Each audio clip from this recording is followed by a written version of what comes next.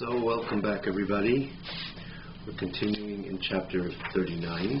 We're pretty much in the center of the chapter, the middle of the chapter, which is in the original text, 104, page 104 rather. And you can see it again in the corresponding English text. As I invite everybody to see the previous classes, as usual, I invite everybody to see the previous classes as by typing in the Tanya, the link box, or on the tanyaonline.com website, which is hosted by the same hosts, yet with easy access to all the previous classes, and namely the class that you would be watching, you'd be able to follow easily with the text. Again, that's tanyaonline.com.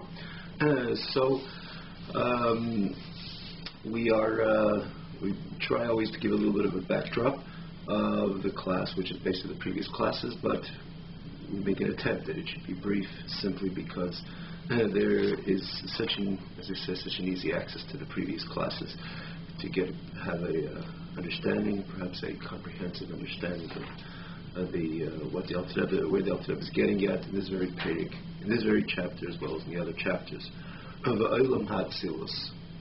That is what we're holding. Words of Olam Hatzilus right after the two dots, the colon, and which the Alter Rebbe begins here. Olam Hatzilus shulemaila miseichel v'hasoga v'havana v'seichel nivra. Atzilus we spoke about multiple times. The first world, which HaKadosh Baruch Hu has emanated from Himself.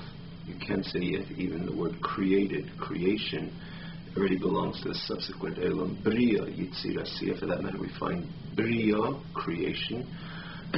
Here it's a emanation from Hashem. What's the difference? Obviously there's a difference that we say creation, the Creator is somewhat moved from creation to some degree, at least as it looks, as it appears. It is you say, for example, Elam Haza is a Elam which is Nivra Me'akadosh Baruch Hu, and we have to find the BAYT within the Nivra. It doesn't come in natural, because that's the way HaKadosh Baruch Hu created Bria. Any Bria in creation, again, we can see it evidently from this very world. The mere Elam Haza, the texture of it, everything about Elam Haza is the removal. Again, this is all on the surface. Beneath the surface, it's all the same. Ein milvadei, HaKadosh Baruch Hu is. There's nothing else. There's no other independent. Elam Hazeh, this Elam Hazeh, which is Ein Elam Lamata, Ein Tacht Lamata Himena. This is the lowest. There also doesn't have Chas v'Shalom any independent energy. This is HaKadosh Baruch Hu B'chvei Nevatzmei. It's Hashem Himself is the only energy which constantly vitalizes Elam Haza, this very physical world. It doesn't have any other independent energy. So the Edness that Elam Haza is part of the innate Milvade, part of it's an extension of HaKadosh Baruch Hu. But the way Hashem created it on the surface, it's the removal of BAYT, of Nivra, which allows an Elam to be created. In this Elam, what is evident is the Bria dimension of it is more evident than the other Elam, because it's a world which we have to find the BAYT within the Nivra. If it was just like Ila ve'Olah, the cause and effect, you don't have to seek, you don't have to find. In the Ila in the Ol, I mean to say in this case the BAYT in the Nivra. In this case, this is by definition. Nivra says that the BAYT is removed. Again, on the surface, obviously, but Nivra itself, the fact that it's a Nivra, that it was created, the way as a particular creation, that itself tells you that the BAYT contracted his energy, that it should remain within himself, and the product, which is the Bria, should look like a Bria. It should look like a Bria, that we have to, in other words, a kaviyachal, so to say. It's seeming on the surface as a separate entity from the BAYT. That's by definition what it is. If it was just an extension of HaKadosh Baruch Hu on the surface, so it wouldn't be a Nivra, it would be just it would be indicative that it's an extension of the BAYT. Nivra, by definition, says that the BAYT has removed himself and contracted himself in order that what the final result should be a Nivra. So that's again, this doesn't begin in this very world, physical world. It begins in Elam HaBriya. We spoke about the four elements multiple times, and then again in the last few weeks, this was the theme as well, the difference of Elam HaYetzira, Elam HaBriya. But what they all have in common there, because we're the Parsa, as it says in Amar Svarim, which explain this, the four elements. There's the Parsa, which is mafsik between Atzilus, the partition, the curtain, which condenses, which holds the air, which is bilti balgul, the infinite air of HaKadosh Baruch Hu, the Ein Sof type of air. There's a curtain which blocks it, and what comes out on the other side of the curtain is more nivra, something which is created, and more of a creation which does not adequately demonstrate its creation. And again, that's why it becomes an Elam HaBriya. Now, make no mistake, Elam HaBriya and Elam Hazeh are very, very different. Elam HaBriya is Gan Eden Ha'eliyah, and obviously Elam, of course, is very, very this is what the spirit of Elam HaBriya is Kuli Elokus like Gan Eden. It says that Yeshamis Nenim V'Yeshim V'Nenim is Yivashchina, that enough in the ray of the Shechina, which is what's constant present, what's constant radiating from HaKadosh Baruch Hu. It's a Elam Kodesh, it's a very holy world, a divine world. And again, this is even the higher level of Gan Eden. There's Elam HaYetzira, which is the lower level of Gan Eden, which is also the Elam Kodesh. So what differentiates Elam HaYetzira and HaBriya and Elam HaTzilus? And because there, it's Haskalas, it's subtle. The notion of a Metzius begins in Elam HaBriya. And again, we're not going to go right now to the entire difference between, which is, or examples or explanations which are used in multiple Sfarim, which design or articulate the differences between Elam HaTzilus and Elam HaBriya, or Yetzira and Asiya. We're going to focus on the difference that Alter Rebbe points out over here in this chapter and in this very class. So we'll be able to again understand also from this difference, or these details which differentiate between Elam HaTzilus and Elam HaBriya, or Briya Yetzira Asiya, and again in this case Elam HaBriya, starting from Elam HaBriya, that we see that it's beginning as Chalas Hayesh, means it's somewhat, again, very subtle, the fact that it can exist.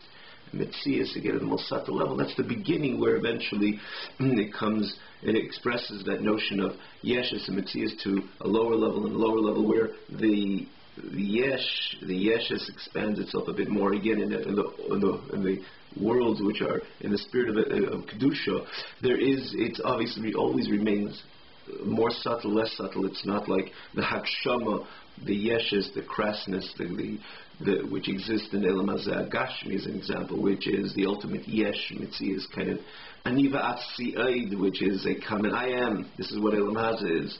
And you have to introduce to Elam Hazeh like a new idea, a new phenomenon of Elokus, like by Pare says, Ye'el Livani Asisoni, it's I am, I even created the Nile. And the way the pasuk says in Tanakh, and Mi Hashem Hashem B'Kelei, sir, the reason why you woke up, not only the reason why you woke up this morning is because of God. Every single moment, the reason why you exist is because there's a godly energy flowing into you, Mr. Pari, but Leah Daiti is Hashem, and who is this God? And so until the message has penetrated Hashem HaTzadik, and more so we dite him, like Moshe says, the messages of even Mitzrayim shouldn't have a Yediyah and a Lakus, but it's something which needed a Makis and needed all those godly revelations to introduce to something which Be'etzim is, but that's only Be'etzim on the surface.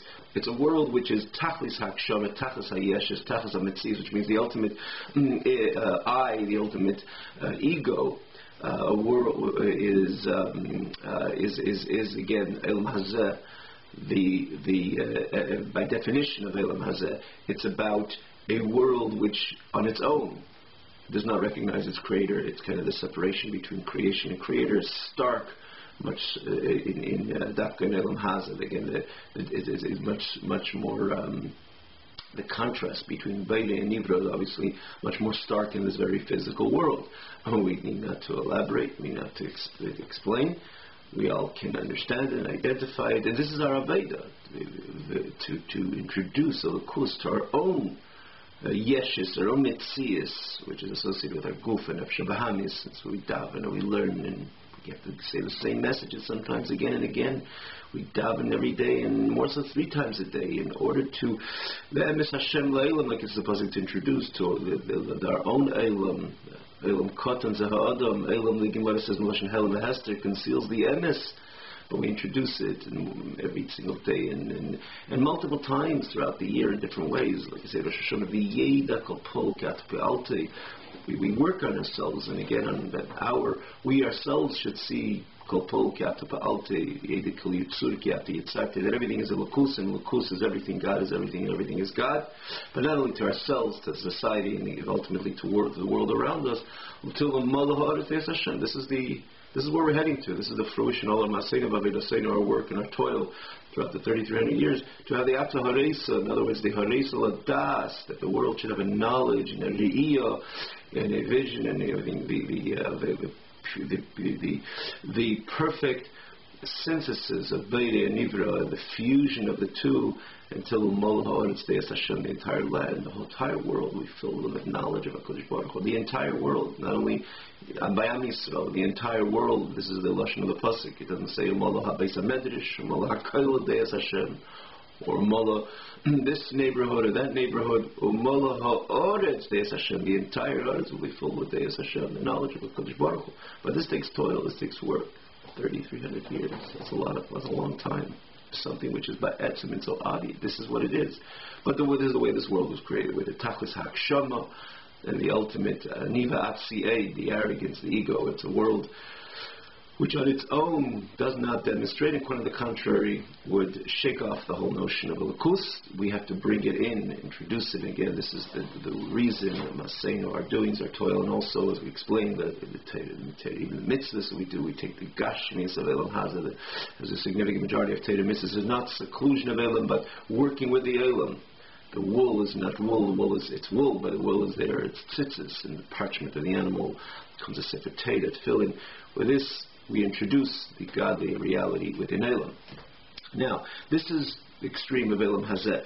We're talking about the difference of Elam Hatzilas and Elam. So we began with the term creation and emanation. Emanation is when there's still felt the energy of the emanator with this,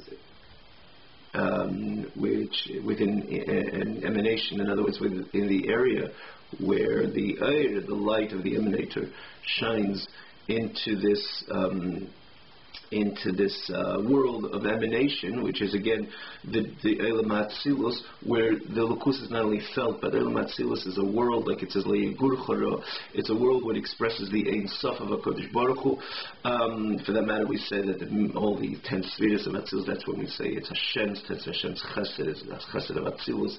It didn't manifest, it didn't descend, evolve to a next level where there is some even subtle mitzias, which is every mitzias is obviously a contradiction to the Ein Sof. The Ein Sof is all about the Ein Sof, nothing, there's nothing else. For that matter, it says many places, even Elam Hatzilus is not really purely the expression of Ein Sof, because it's an Elam, and Elam is Lashon Helen Hester, like we just quoted from the Gemara, and so that cannot be the Ein Sof, but yet Elkus Ein Sof expresses itself in Elam Hatzilus. Hatzilus is Lashon Etzli, the Samuch, it's close, and Lashon Net, Hatzilus means it's like Net, so it's Mufrosh. But Salto Min HaRuach, like it says by Moshe Rabbeinu, it is Mufrosh, it's separated from the rest, because this is a world which expresses the Ein Sof. Now, with this, again, based on this kind of the backdrop over here to this, or introduction to this, the following words, the Alter Rebbe is getting at that I spoke to you the whole time. We spoke about the Neshamas, which are in Gan Eden Ha'elyon, the higher level of Gan Eden, which is in Elam Habriya, which there you have the Chacham Bin Adas of HaKadosh Baruch Hu, which nests in Elam Habriya, therefore the Yeshua and enemies of Shekhinah, and more than appreciating the reality of Elkus in an intellectual level that produces that quality type of Av. Everything we learned in the previous weeks, but yet the Alter Rebbe says over here, it's not the Etzem of HaKadosh Baruch Hu which is expressed in Elam Habriya. If it was the Ein Sof of HaKadosh Baruch Hu which expresses himself in Elam Habriya, there wouldn't be the notion of understanding, appreciating, intellectualizing. You can't do that when you have the complete Ein Sof of HaKadosh Baruch Hu. Ein Sof is in a place.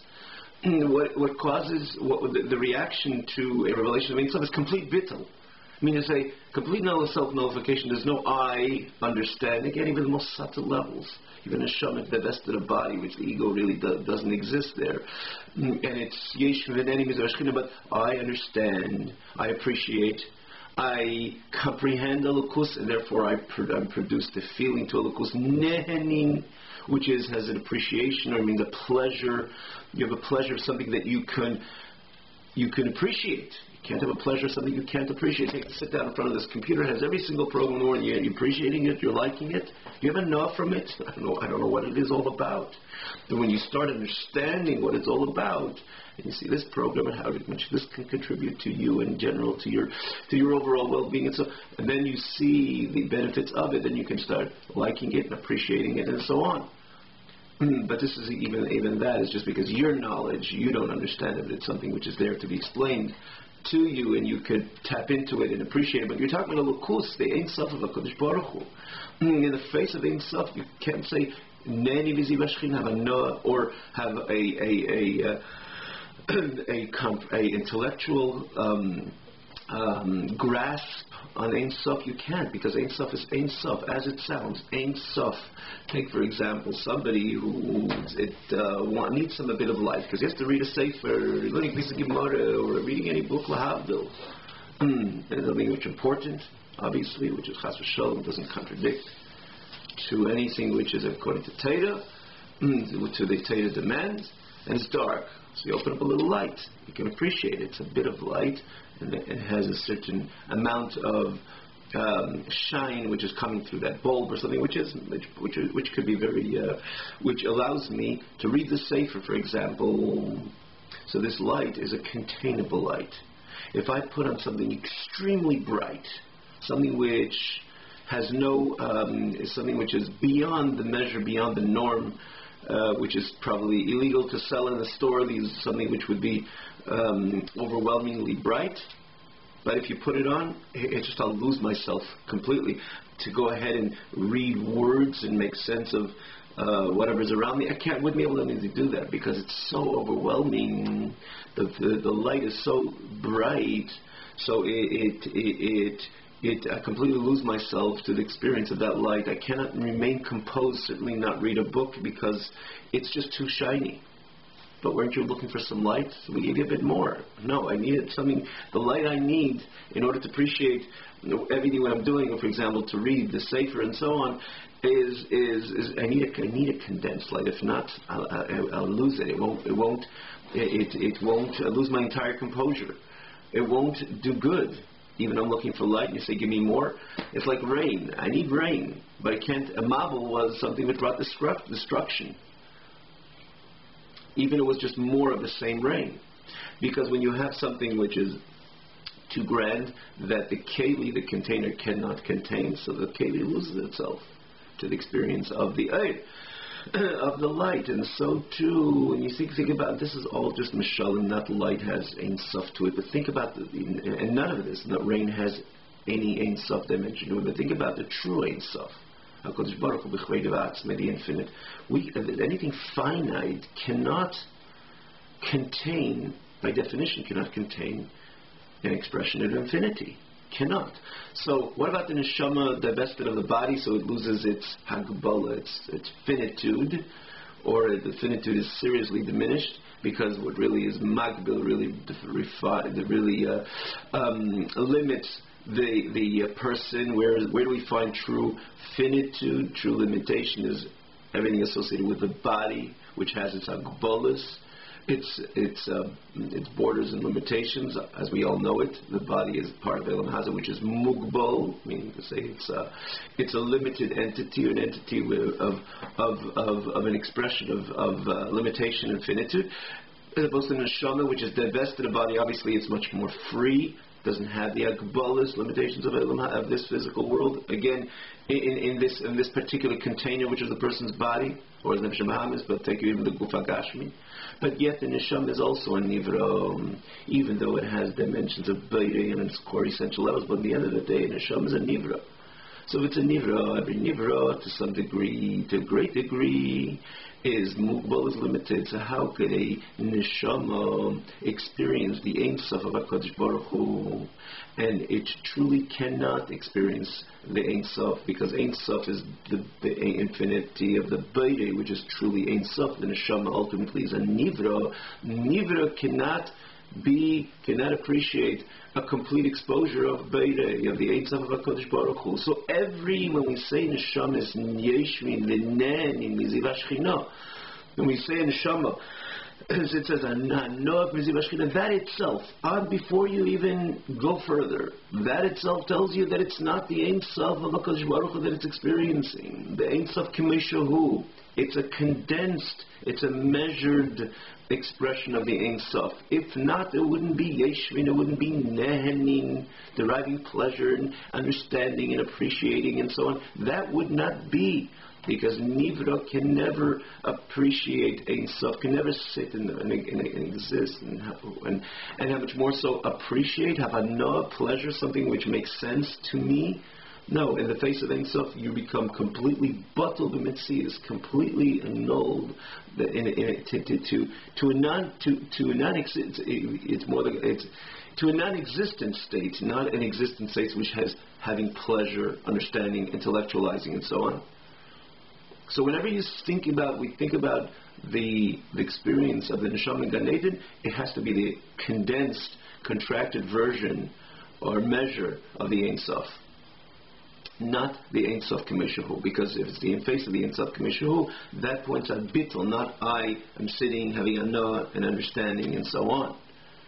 So when we think about the Eilam HaBriya, back to Eilam HaBriya and Eilam HaTzilus, Eilam HaBriya, in the end, even though we say the Chacham Bina Das of HaKadosh Baruch Hu is condensed, and is Nes rather than Eilam HaBriya.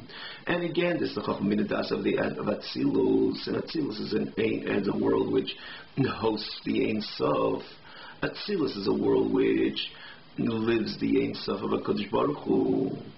As we mentioned again in the previous weeks, the difference of Atzilus as opposed to the curtain between Atzilus and B'ri Yitzirasi, which there is the Elokus, the way it comes even to some degree in some type of Hagbala. But we say the Chochmah Bina V'das of Atzilus Nes and Eilam HaBriya. That itself tells you that it's not the core a Chochmah Bina V'das of Atzilus. The mere fact that Neshama is Yeshvin v'neni miziv hashchina, like we just said, they have a no, that itself said that that the Chacham Bina V'das, which Nes and Atzilus, is a measured expression of Chacham Bina V'das of HaKadosh Baruch Hu of the Ein Sof.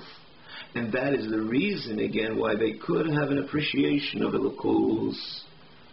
They could exist as a nivra, which has an appreciation and ultimate pleasure of Elokus, as opposed to the Chacham Bina V'das of Atzilus, the way it's in Atzilus, which contains within itself and carries the Ein Sof K'mishahu, the infinite light of HaKadosh Baruch Hu, the way He is, for Himself, by Himself. Again, the non-mitzumtzum, the non-concealed, the non-condensed measurement of, or the non-condensed energy which exists within Atzilus itself before it nests and it expresses itself in Bria.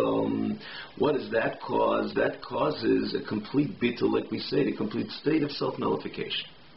Not I am and I am thinking and I am appreciating and I am intellectualizing and I have a no and I have pleasure. Now, why are we saying, what is this Eilam Atzilus? Is it Shaykh? Could it be that dimension of Eilam Atzilus could be revealed?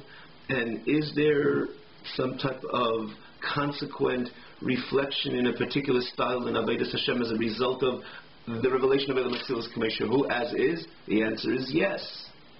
And as we just said, what it causes, and that's what as the message over here, that this revelation is associated with unique tzaddikim, that their whole avodah is even beyond that level of Avodah, which we illustrated in the last few classes, again, namely this chapter and perhaps in the past as well, which is that perfect Avodah associated with Eilam HaBriya, which we elaborated and expanded on in the last few weeks, which till now, that was the quintessential Avodah, that was the perfect Avodah, that was the paradigm type of Avodah, that he has a profound understanding in Elokus, in the Ein Sof Baruch, in the Gedulas Ein Sof Baruch, in the greatness of the infinite light of HaKadosh Baruch Hu, blessed be He, and consequently he arouses within himself again that unique tzaddik, or that unique yid, a tchilur chimu sichli, meaning say a perfect polished tchilur chimu,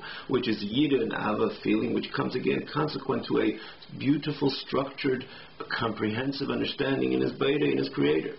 And as we again said, that is the experience of the neshamas which serve the Kodesh Baruch Hu in that very fashion, in this very physical world. Their place in Gan Eden Ha'eliyah, which is Eilam HaBriya, which there again Chachmasi V'nasi V'Daiti Shel Kodesh Baruch Hu, Nes in Eilam HaBriya, which again corresponds to their type of Aveda, that it wasn't just a Ava V'Yira, an innate instinctive Ava V'Yira, which is also passion there, as we explained, but no, these were neshamas which their Aveda, their Ava V'Yira was always a qualitative Aviyah, which came as a result of a constant Hizbeinus, of pondering, a constant meditation on the greatness of HaKadosh Baruch Hu throughout the entire life. Zunti Gedaven, Monti Gedaven, like Dienste Gedaven, as a true Yid, meaning to say Daven not only every day was experience, again I say Daven, it really encompasses the entire day, but davening is the time when it is the Yid can, the expressions of the person's Ava V'Yira stand and can stand and should stand in the full state of manifestation. And this is his whole Aveda throughout the entire life, that it's not just allowing his innate Ava V'Yira to express itself, but it's a structured Ava V'Yira, a Ava V'Yira based on, or rather a passionate, to be more clear, to the right word, a passionate Ava V'Yira, passionate love and passionate fear of HaKadosh Baruch Hu, and that can only be based on a constant Hizbeinus, a constant pondering on the greatness of HaKadosh Baruch Hu, again on a constant basis, and therefore his neshama belongs in Eilam HaBriya, which there the Chachmasei Ubinasei V'Daiti Shel HaKadosh Baruch Hu Nes, and that is the reason why there can be a nivra which can ultimately intellectualize truly, genuinely on the Ein Sof Baruch Hu, because that's where HaKadosh Baruch Hu exposes his Chacham Bin Adas, and that's where they have the ability, despite we're Nivraim, to tap into and truly have a comprehensive understanding on our BAYT, in our Creator. But yet, and again, this is the reason why till now this seems like the perfect Yid, but yet, as we explain and we can appreciate based on what we just said, that ultimately the fact that it could be Yeshu V'Neni V'Zebashchini V'Neilam HaBriya, that itself shows that it's already the condensed version of HaKadosh Baruch Hu. It's not the Chachmas V'Binasa V'Daita Shel HaKadosh Baruch Hu, the way he is for himself, by himself in Eilam HaTzilus. Because the fact that again the Yeshu V'Neni is a Arieh, that itself is a proof that it is the Ein Sof, the way it descends, in other words, even in Nes and Lamri, but again it is the condensed version of the Ein Sof, and therefore there could be an appreciation and understanding, and again ultimately a pleasure and a delight in HaKadosh Baruch Hu. So therefore we must say, he introduced over here a higher level of a tzaddik, that's a tzaddik which serves HaKadosh Baruch Hu beyond, in other words, not only is Mizbeinen, as it is about Hizbeinenus and the greatness of HaKadosh Baruch Hu, but tzaddikim which stand on a constant basis with a true bittul, self-nullification to HaKadosh Baruch Hu on a constant basis, and we can all appreciate that that's much more of a profound connection to HaKadosh Baruch Hu, and as he explains over here, they're connected to the world of Atzilus, they're connected to the Ein Sof, the way Ein Sof is for himself, by himself, and because of that, they, as we mentioned, when the Ein Sof is revealed, there's no such thing, I understand, appreciate, and feel for this Ein Sof. There is no I. It is about complete bittul, complete subordinance, subservience, submission to the Creator. That's the way they serve the HaKadosh Baruch Hu. throughout the entire life. And where do we see it? We spoke about this in the past, as it's lashon in a number of places. About Avraham, Yitzchak, Yaakov, it says, the forefathers, and these are these unique tzaddikim which exist in many, over all the generations, but no question they're mu'atim, very few, and which you can say on them that they are merkava to lukus. What is a merkava? As we spoke in the past, a merkava is literally translated a chariot. So a guy, the reichev, hops onto the chariot, and your chariot starts moving. So is it, and how is the chariot reacting or serving, demonstrating its service to the reichev, to the rider? Is it in a way that you, Mr. Rider? I am, look, there's some big I over here, and I'm more than that. I'm contributing to you. I'm bringing you from point A to point B. You can't do it on yourself. Which is again the idea of the car, the rider, or the chariot, and so on and so forth. But let's stick to the words of the Merkava, the chariot. So you could say there's you're the Reichev. Obviously you're the Reichev. You have ambitions, and you have plans, and you have objectives, and you have goals, and so on. That's why you're going places. And then there's I am the Merkava. And really, we should share who's boss, because there's your I and I, and I'm an I, but when you're actually on the wagon and you're taking me, I'm obviously I'm going where you want, not you're going where I want to go, and let's share this. In other words, sometimes I'll do what you want, sometimes you'll do what I want. We look on the what really transpires of a reichev, a rider, a wagon rider on the wagon, this whole dialogue between reichev and merkava doesn't exist.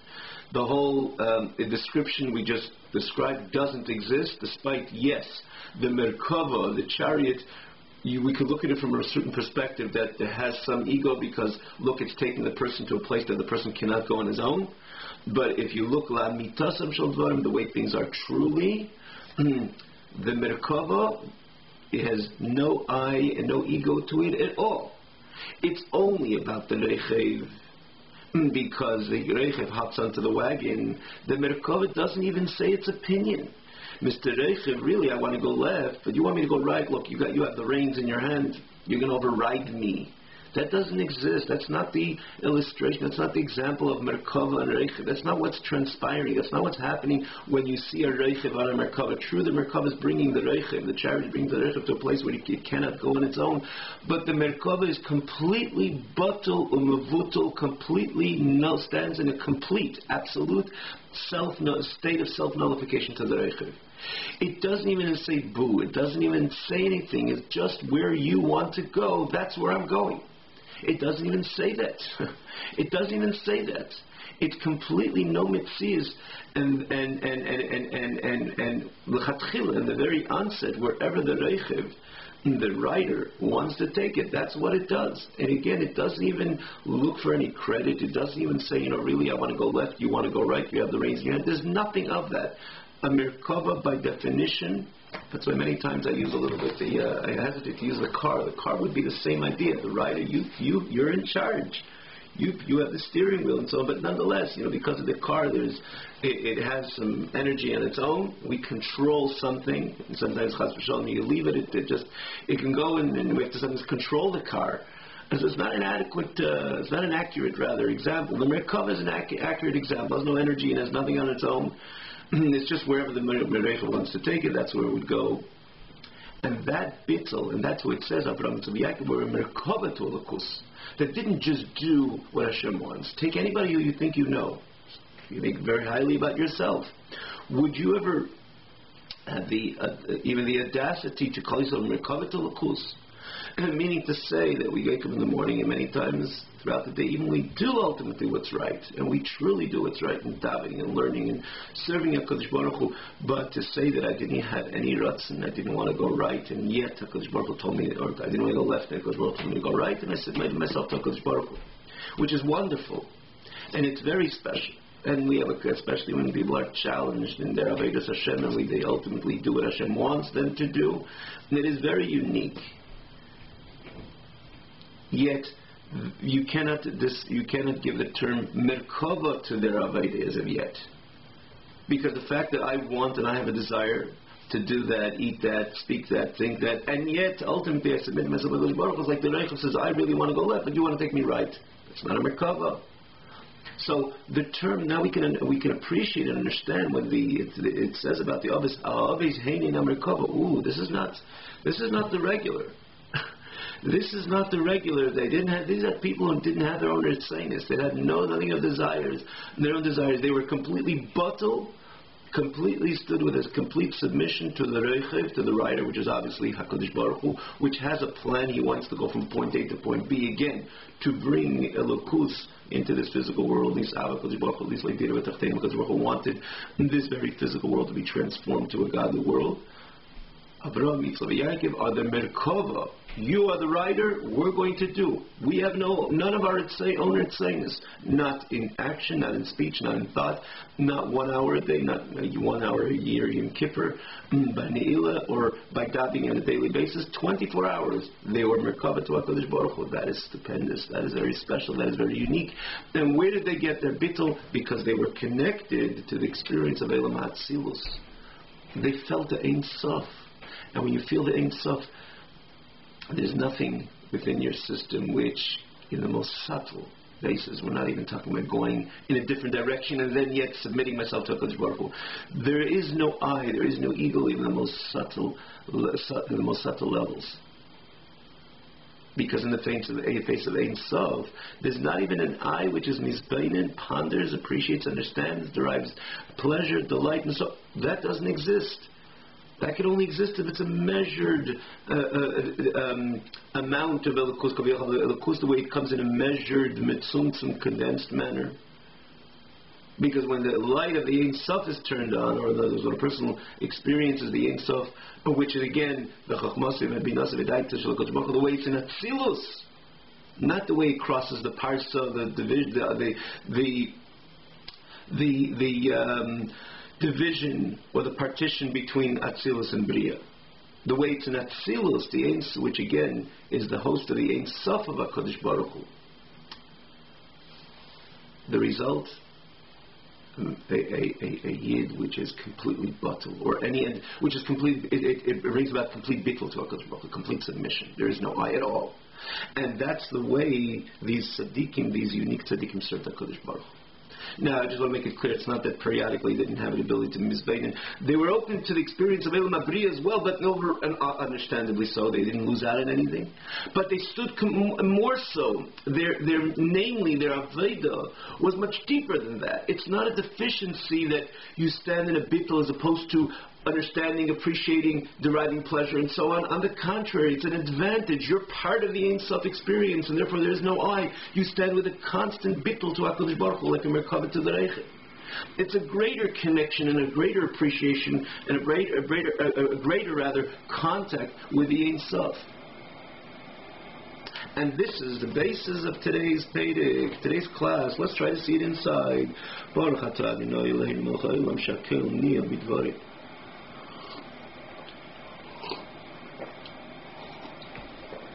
So the Elam HaTzilus, again, you could follow, you could look at it in the corresponding English text as well. Elam HaTzilus, the world of Atzilus, which is transcendent of intellect, understanding, and grasp and understanding to the seichel, the intellect of a nivra, of a created entity. Because because the true wisdom and understanding of knowledge of the infinite light of HaKadosh Baruch Hu in Atzilus is completely united with the ultimate unity. The biyichud atzum v'nifla, with intense and a wondrous, meaning to say an absolute unity with greater strength and with greater intensity, infinitely greater than Elam HaBriya. in this Elam Abriya, which we spoke in the last few weeks. We spoke about in the last few weeks, which dealt with this panic again, with this message of the neshamis again, which till now that was the paradigm of Aveda, that was the paradigm of a neshama which connects to its creator. But there's something deeper than that, again, which is the Chochmas V'Nos V'Daiti, not the way it Kaviyachol removes itself from Atzilus, from the spirit of Atzilus, via the partition between Atzilus and Bria, and Nes in Elam HaBria. No, this is the Chochmas V'Nos V'Daiti Shel Kodesh Baruch Hu, the way it's within Atzilus. Before these Atzilus, and there it's completely one with the Ein Sof, because we said the whole Elam Atzilus is a world which hosts the Ein Sof. And again, basically what he's saying also is that Chochma is a term, Bina is a term, Das is a term. How can that connect to Ein Sof? Ein Sof is beyond description, beyond term, and that's what he's saying. It's Chochma B'Naz V'Daiti, that not a particular Chochma Bina V'Das, like we can appreciate, or even the Shamas in the Labriya could appreciate Chochma Bina V'Das, as it says a number of places in Pasach Leo. Chochma V'lei B'Chochma Yediyah, not with a known Chochma, is the Chochma of Atzilus. It's a Chochma Bina V'das which is completely one with the Ein Sof. And therefore you can't compare it to the Chochma Bina V'das, the way Kaviyachol leaves Atzilus and Nes and Elam HaBriya. Kisham and Elam HaBriya, what we learned again till now in the previous classes, Yordu. When we say that Chochma Bina V'das of HaKadosh Baruch Hu, Nes and Elam HaBriya, Yordu. Descended lahoyir b'bchinas simtzum, to shine again the condensed version, kadesh yuchlu hasichli nivroim lekabel mehen chabad, in order that in sichlim, which means intellect, of created entities, created beings, which is again in the neshama, even the neshama divested of body, it's still a nivra, they could receive and appreciate the wisdom, knowledge, understanding of HaKadosh Baruch Hu. And again, which it means, Leidas Hashem, to know HaKadosh Baruch Hu, Lahavin, and to understand, Allahasi, and to grasp, again, which is the experience of the Neshama in Elam HaBriya, in the Elionez HaSaga B'Nitza Baruch Hu, and understanding in the infinite light of HaKadosh Baruch Hu, Kifikech, Sichel, and Ibrahim, as much as a created being can contain and appreciate. Shehein, which the Neshamas are Balgvu, B'Tachlis, which they, by definition, are finite, because they are ultimately Nivraim. And therefore we must say that it's a condensed version of the Chochma Bina V'Das, which the Ein Sof within them is minimized in order that they should be able to comprehend and appreciate and ultimately derive pleasure from. Because if it was not the limited version, then Yizbatul B'Mitziyusam, then they would be completely Batul B'Mitziyus. It wouldn't be Shaychus to say on them that they have an understanding of the greatness of HaKadosh Baruch Hu. So the Chochma Bina Das, which descends to Elam HaBriya, this is already a Mitzumtzum, Dike Chochma Bina Das, a condensed version, in order that these neshamas should not completely lose themselves, lose their whole entity, again in the face of the infinity of HaKadosh Baruch Hu.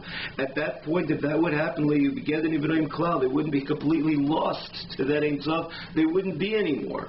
They would return to their source, Misharshim, in their root, which is ultimately godliness.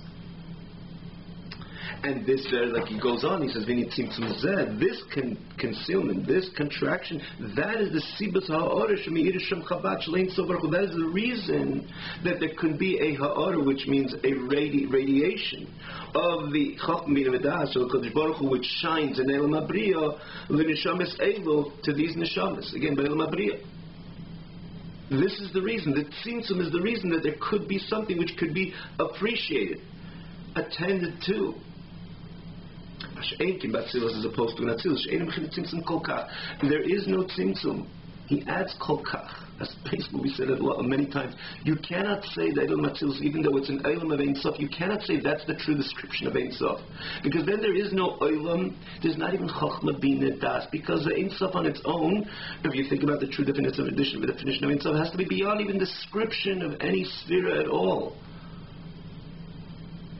So that's why he adds the words kol kach. But in the overall, in Atzilus, it is a world which hosts the Ein Sof. It is an Elam Ein Sof. So that's what he says. In contrast, Atzilus the Bria, Netzil Sheino Tzimtzum. Yeah, it's called Kach, but there's no Tzimtzum certainly not Negrelim Abria, and therefore Yeshua L'Sichum Nibraim L'Kabel Man. The intellect of a nivra, which means a created being, cannot receive there and connect to that. Their machshava, the neshavah, the neshamas cannot at all be teifes, can have a true grasp of that revelation, of that experience of the Eilam Atzilus experience. And therefore, this is already a domain to tzaddikim agdelim. Here we introduce again a new level of tzaddikim, which is beyond these tzaddikim of Eilam Abriya. This is, and therefore Eilam Atzilus, as he says, this is the domain for the tzaddikim agdelim, these very great tzaddikim, shaveidasam, their services, even l'mayla,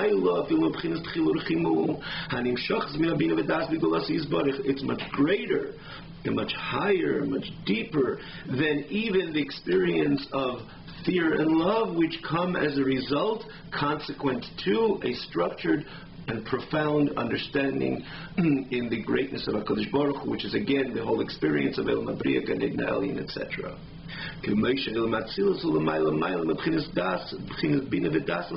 Just like we said before, Eilam Atzilus is transcendent from any Bina Das understanding and knowledge associated with the seichel, with the intellect, of the nivra of a created entity. The service of these tzaddikim, they were a complete merkava, a chariot to the infinite light of HaKadosh Baruch Hu. And what they served HaKadosh Baruch Hu, there was the I, they didn't even exist in the most subtle level. I understand, I appreciate, and so on and so forth. It was about a constant bittul, like the Merkava, which has a chariot which has no I at all. Everything about it stands in a complete submission to the Reichav, a complete bittul to the Reichav, and so to the Avodah of the Tzaddikim. Their whole Avodah was on a constant basis, a bittul to HaKadosh Baruch Hu, a true submission to HaKadosh Baruch Hu on a constant basis, because they experienced the Ein Sof of HaKadosh Baruch Hu, and in front of the Ein Sof of HaKadosh Baruch Hu there is no I, and there is no I even in the most subtle basis. It's only about the HaKadosh Baruch Hu, namely again the true Ein Sof, the infinite expression of HaKadosh Baruch Hu. Everything is batul b'mitzias, and they had an Aveda. Their whole Aveda was in a way that they were complete batul to HaKadosh Baruch Hu, which we could perfectly appreciate it even beyond. Again, we felt till this class, the Aveda associated with Eilam Habriya, as explained, seemed like that was the quintessential Yid. But based on everything we learned over here, that's very far from the true connection to the true Ein Sof Baruch Hu, because the fact that you can understand and appreciate and derive pleasure, that itself says that it's not the true, genuine Ein Sof of the Ein Sof Baruch Hu.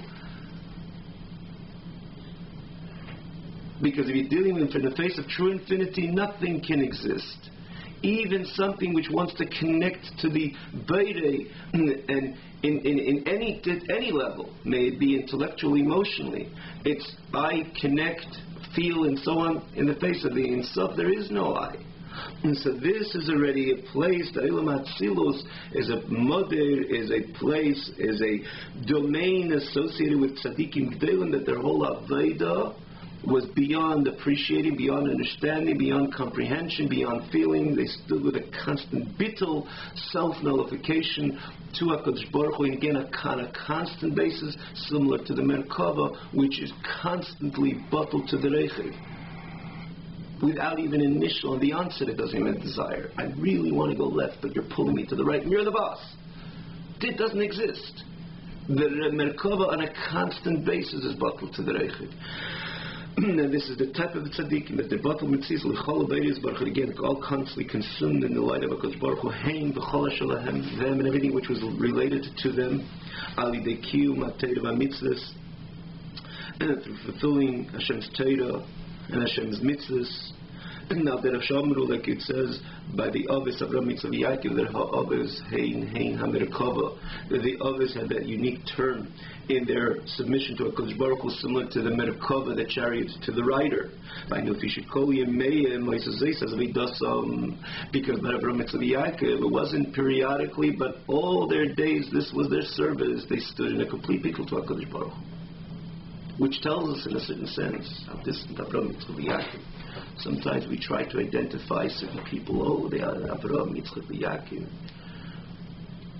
It is so essentially negated, any comparison to people. Not all. There's obviously tzaddikim gedolim in every generation, but we should be very careful. We shouldn't be loose to compare someone who we would like to say that he's a bit more devoted to HaKadosh Baruch Hu's Torah. This is an experience of Avraham, Yitzchak, Yaakov. We say, obviously, Merkava mean to say there was nothing. Look at the chariot. Think about the chariot's bittul, self-nullification to the Reichel. It's on a constant basis and on an absolute basis. That was the life of Avraham, Yitzchak, Yaakov, and he says, Kol Yimeim, all their days, this was their service. And similarly, these tzaddikim, which are connected to Olam HaAtzilus, this is the way they serve HaKadosh Baruch Hu as well on a constant basis with a complete bittul, because again they experience, they're part of the Olam HaAtzilus experience, so that they experience the Ein Sof Baruch Hu, the infinite light of HaKadosh Baruch Hu, which is again, it's not a deficiency that they're over those tzaddikim which have a comprehensive understanding of the greatness of HaKadosh Baruch Hu, because that itself again tells us that that's the Chacham Min Vadas, the way it comes into Elam Abriya, the condensed version.